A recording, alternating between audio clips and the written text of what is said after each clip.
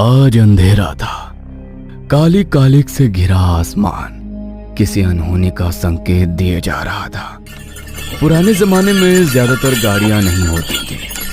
रात होते ही हाईवे पूरी तरह सुनसान हो जाते थे। इसी वजह से हाईवे पर एक बार धाकड़ कांड हो गया था। कोहरे में लिपटा हुआ सीधा हाईवे दिखाई दे रहा था।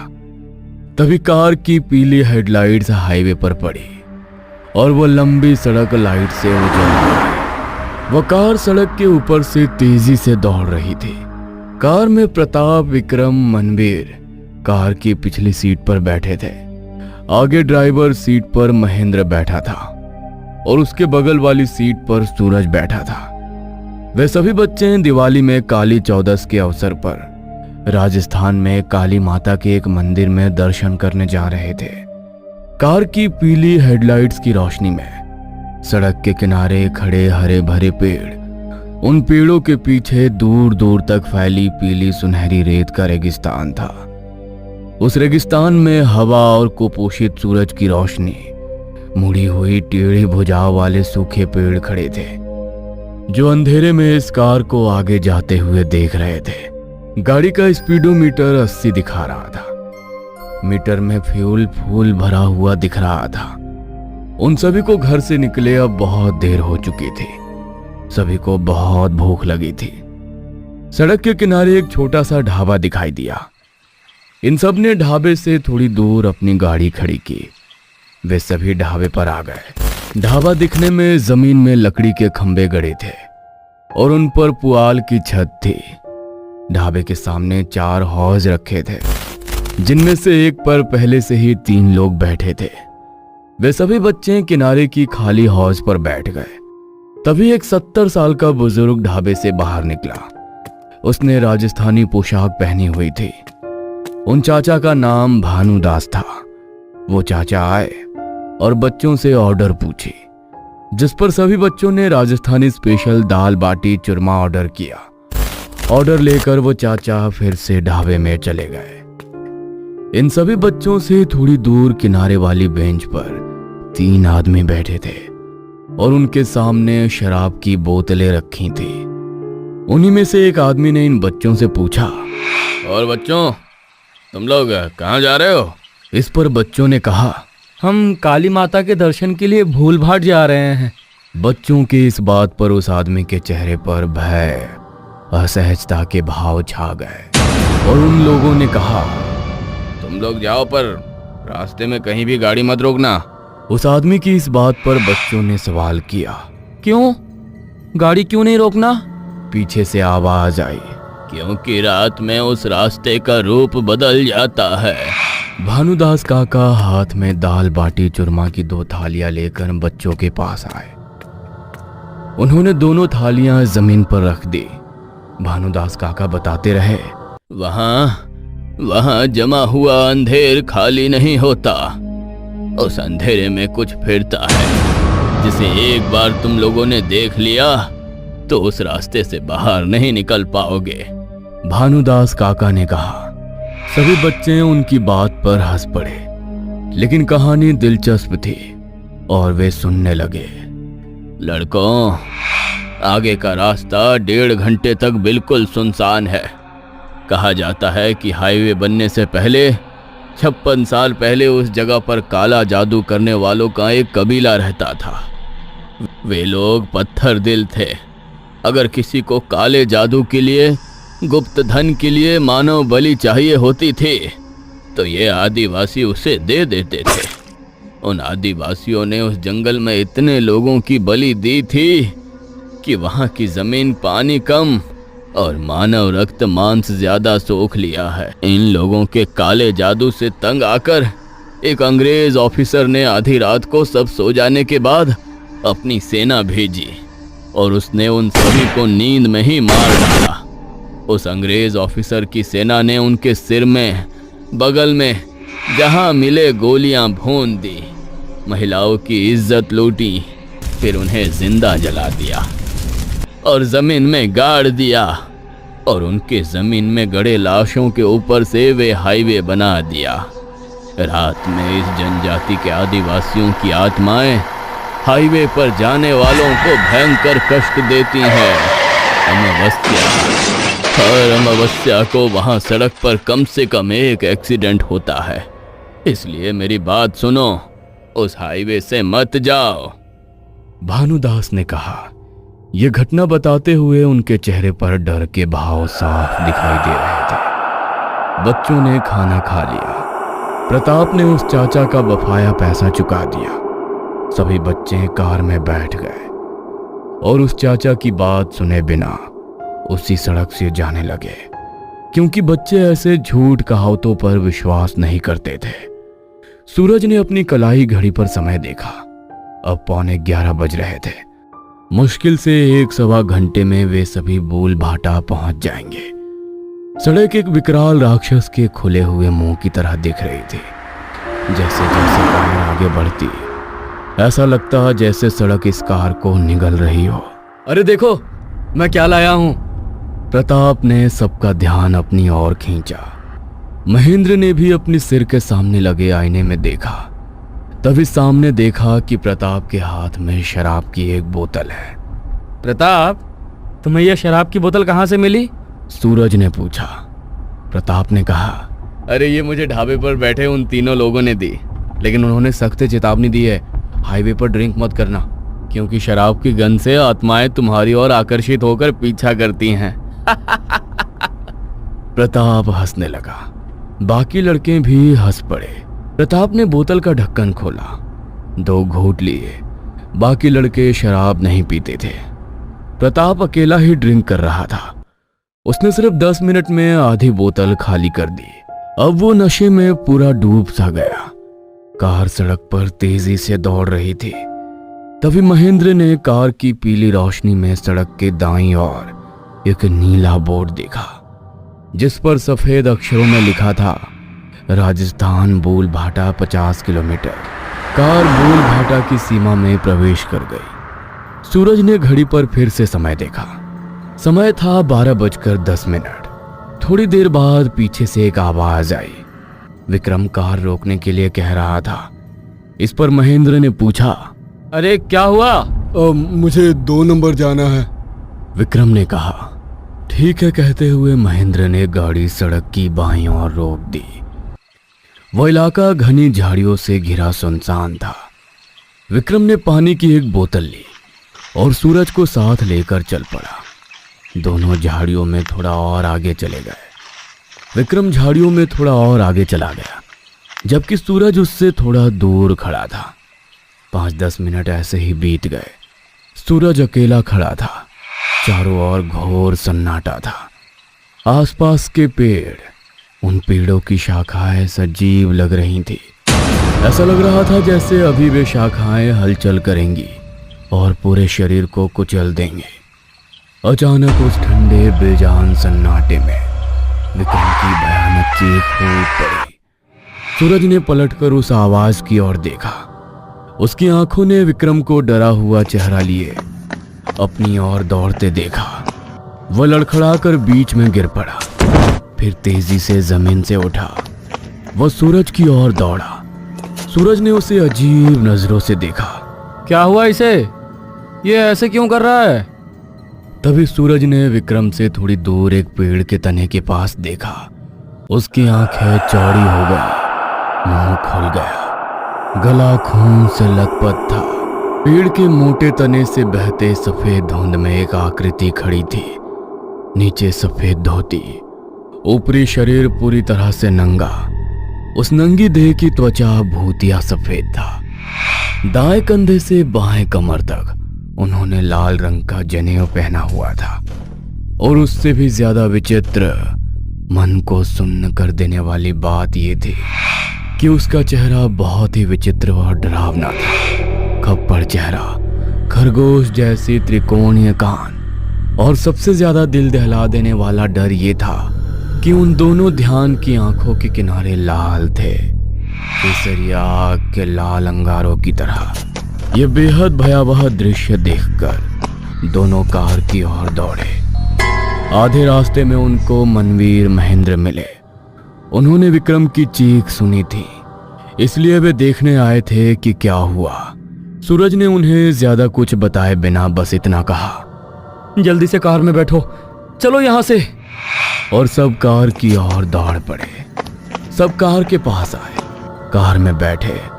जब तक कार स्टार्ट नहीं हुई, विक्रम और सूरज की चौड़ी आंखें झाड़ियों में झांक रही थी, मानो कोई अभी उन अंधेरी झाड़ियों से निकलकर भागते हुए आएगा और उस घने अंधेरे में घसीट ले जाएगा। जैसे ही कार चलने लगी, महेंद्र ने सूरज से पूछा कि क्या हुआ, और सूरज ने उसे वो हकीकत बताई जिस पर महेंद्र, मनवीर और प्रताप सब उसकी बात सुनकर हंस पड़े। हो, शराब मैंने पी रखी है और चढ़ तुम दोनों को गई है। प्रताप दांत पीसते हुए जोर जोर से हंसने लगा। थोड़ी देर बाद महेंद्र गाना सुनने के लिए अपने साथ 4-5 कैसेट लाया था। महेंद्र ने उनमें से एक को ऑडियो टेप पर लगा दिया। गाना लगाने का मकसद इस दूषित माहौल को ताजा करना था। सूरज ने फिर से घड़ी देखी। घड़ी में समय 12:10 दिखा। उसे थोड़ा आश्चर्य हुआ, अजीब लगा, क्योंकि आधे घंटे पहले उसने घड़ी में यही समय देखा था। लेकिन हैरानी की बात, सोचने वाली बात यह थी कि सेकंड की सुई तो चल रही थी, लेकिन घंटे और मिनट की सुइयां जंग खाकर एक ही जगह रुकी हुई थी। सूरज ने यह सोचकर समय देखना बंद कर दिया कि घड़ी जरूर खराब हो गई होगी। ऐसे ही काफी समय बीत गया। महेंद्र ने अब तक 8-9 गाने लगा दिए थे। वो पुराना जमाना था, लगभग 2001। अब जैसे 3-4 मिनट के गाने नहीं होते थे, बल्कि 7-8 मिनट के लंबे गाने होते थे। और सुनते सुनते इन गानों को सुनकर सूरज का चेहरा थोड़ा उलझन में था। अगर कोई गाना 8-9 मिनट लंबा है तो 8-9 गाना बजने तक 1 घंटा तो बीत ही जाएगा, और हमें इतने समय में बुलभट्टा पहुंच जाना चाहिए था। यह सोचकर उसे थोड़ी उलझन हुई कि बुलभट्टा जो 1 घंटे की दूरी पर था, अब तक आया क्यों नहीं। तो सूरज ने पीछे वाली सीट पर बैठे अपने दोस्त मनवीर से भी कहा, अब जरा अपने फोन में समय तो देखो, मेरी घड़ी खराब हो गई है। मनवीर के पास नोकिया का फोन था। उसने फोन निकाला और समय देखा। फोन की स्क्रीन पर वही समय था, 12:10 और सेकंड की सुई आगे बढ़ रही थी और सिम को रेंज भी नहीं थी। मनवीर ने सूरज को समय बताया, जिससे वो सोच में पड़ गया, क्योंकि उसकी घड़ी में भी वही समय था। उसने ये भी कहा कि उसकी घड़ी में भी वही समय था और घड़ी रुकी हुई थी। सूरज की बात सुनकर मनवीर ने अपनी आंखों से स्क्रीन पर देखा। इसके पीछे मकसद ये देखना था कि समय आगे बढ़ रहा है या नहीं। मनवीर 2-3 मिनट तक घड़ी देखता रहा, लेकिन समय मानो थम सा गया था, आगे बढ़ ही नहीं रहा था। आखिरकार उसने निराश होकर फोन जेब में रख लिया। गाड़ी में अब सब चुपचाप बैठे थे। प्रताप, जिसने बीच में शराब पी ली थी, इतना नशे में था कि बुदबुदा रहा था। गाड़ी सड़क पर तेजी से दौड़ रही थी, लेकिन अभी भी बोल भाटा आने का कोई संकेत नहीं था। महेंद्र ने कहा, बोल भाटा अभी भी नहीं आया। लेकिन किसी के पास जवाब नहीं था, क्योंकि जो घटना हो रही थी वो बहुत ही अजीब थी। प्रताप नशे में था। उसकी पलकें भारी हो गई थी, आंखें हल्की लाल थी। उसी नशे में उसकी नजर सामने सड़क पर गई। गाड़ी के बीचों बीच सड़क पर फैले कोहरे में 50-60 आदमी और औरतें खड़े थे। उनके हाथ पैर लाल धधकते खून से सने थे। उनकी पीली, चांदी और केसरिया आंखें गाड़ी पर टिकी थी। अरे गाड़ी रोक भिंडी, गाड़ी रोक, वो लोग सड़क पर खड़े हैं, उड़ा देगा क्या उन्हें, साले गाड़ी रोक। प्रताप जोर जोर से चिल्लाने लगा। सूरज और विक्रम, जो उसकी आवाज सुनकर पहले से ही डरे हुए थे, चौड़ी आंखों से सड़क की ओर पागलों की तरह देखने लगे। डर से उनकी फटके हाथ में आ गई। मनवीर ने किसी तरह प्रताप को शांत किया और पूछा, अरे क्या हुआ? प्रताप ने आगे देखा, लेकिन सड़क अब खाली लग रही थी। कार के सामने सड़क पर बहुत सारे लोग खड़े थे। प्रताप ने सबको बताया। इस पर महेंद्र ने उससे कहा, अबे साले, अभी शराब पी ना तो गाड़ी से बाहर फेंक दूंगा, चुपचाप लेट जा। पता नहीं कितनी देर हो गई, कार सड़क पर चल ही रही थी। अब कार में सन्नाटा छा गया था। शराब पीकर बैठा प्रताप भी शांत हो गया था। सबको इस बात का पूरा एहसास हो रहा था कि उनके साथ कुछ बुरा हो रहा है। थोड़ी देर बाद सभी ने कार से 50 मीटर दूर सड़क के किनारे एक गहरे भूरे रंग की आग जलती हुई देखी। उस आग के और 2 लोग कंबल ओढ़े बैठे थे और महेंद्र ने उन लोगों से थोड़ी दूर जाकर कार रोक दी। मनवीर अकेला ही गाड़ी से बाहर निकला। मनवीर थोड़ा दूर खड़ा होकर उन लोगों को 3-4 बार पुकारा, लेकिन वे सब बिना कोई जवाब दिए वहीं बैठे रहे। मनवीर ने यह सोचा कि इन लोगों को कम सुनाई देता होगा। मनवीर चिल्लाया और बोला, अरे भाई, ये सड़क कहाँ जाती है? मनवीर के ये शब्द कहते ही दोनों कंबल ओढ़े साथ बैठे लोगों ने मुंह पीछे करके देखा। जो नजारा मनवीर समेत सबने देखा, उसे देखकर डर से सबकी आंखें सफेद हो गई। दोनों लोगों की गर्दनें कटी हुई थी। उनका धड़ नहीं था, क्योंकि धड़ तो आग में जल रहा था, है ना? क्योंकि जो आग लगाई गई थी वो लकड़ी की नहीं थी। दोनों लोगों की खोपड़ियां जल रही थी। उनके चेहरों के साथ साथ उस खोपड़ी का मुंह भी लौ के साथ हिल रहा था। खड़ा खड़ा वो ध्यान मुस्कुराया और तीखी आवाज में बोला, सड़क पर तो ठीक है, अब हम तुम्हें छोड़ेंगे नहीं। ये दृश्य देख मनवीर की रूह कांप गई। वो फौरन गाड़ी में आ बैठा। गाड़ी तेजी से वहां से निकल पड़ी। अंधेरा घना होता जा रहा था। पीली हेडलाइट्स पर काली कालिक फैल रही थी। हेडलाइट्स की रोशनी अब कम होती जा रही थी। कार में बैठे सभी लोग अपनी जान के लिए डरे हुए थे। एक ऐसी चीज जिसके बारे में उन्होंने कभी सोचा भी नहीं था, वो भूत आत्माएं अब इन सब की जानों के पीछे पड़े थे। वो दोनों आत्माएं तेज गति से कार के पीछे दौड़ रही थी और अचानक उनके सारे शरीर लकड़ी जलाने के बाद बची राख की तरह राख फेंकते हुए हवा में गायब हो गए। कार में बैठे सभी के चेहरों पर खुशी फैल गई। सबको लगा कि वे बच गए। वो चले गए, लेकिन नहीं, अब संकट पीछे नहीं बल्कि आगे था। हाँ, आगे। कार से दूर सड़क के बीचों बीच 3 लोग खड़े थे। नहीं, लोग नहीं, वो कोई बुरी भूत प्रेत राक्षस मृत आत्माएं। अंधेरे में जन्मे उन अतृप्त भूतों की चेतना थी या अंधेरे में रहने वाली गंदी अतृप्त छलावे थे। कार की पीली हेडलाइट्स उनके शरीरों पर पड़ के उनके आर पार गुजर रही थी, मानो वे 3 आकृतियां कोहरे की तरह पारदर्शी हो। उन आकृतियों में से 2 आकृतियां बिन सिर वाली थी और जबकि 1-2 आकृति वे जंगल से थी। उनकी भगवी सुनहरी अग्नि जैसी आंखें अंधेरे में अंगार की तरह चमक रहे थे। वो ध्यान इन सब का रास्ता मृत का रूप यम बनकर रास्ता रोक रखा था। सभी बच्चे कार में रोने लगे। प्रताप, जो शराब पी रहा था, अपने शॉर्ट्स में पेशाब कर चुका था। कार की गति इतनी तेज थी कि किसी भी क्षण कार उन ध्यान स्थलों तक पहुंचने वाली थी कि चमत्कार हुआ। हाँ, चमत्कार। सूखी दलदली भूमि पर घास को जलाने के लिए बस एक चिंगारी ही काफी है। और जैसे दुष्ट और मिथ्या शक्ति कितनी भी प्रबल क्यों ना हो, यह परम सत्य है कि उस दुष्ट का अंतिम संस्कार सत्य की प्रज्वलित अग्नि द्वारा ही होता है।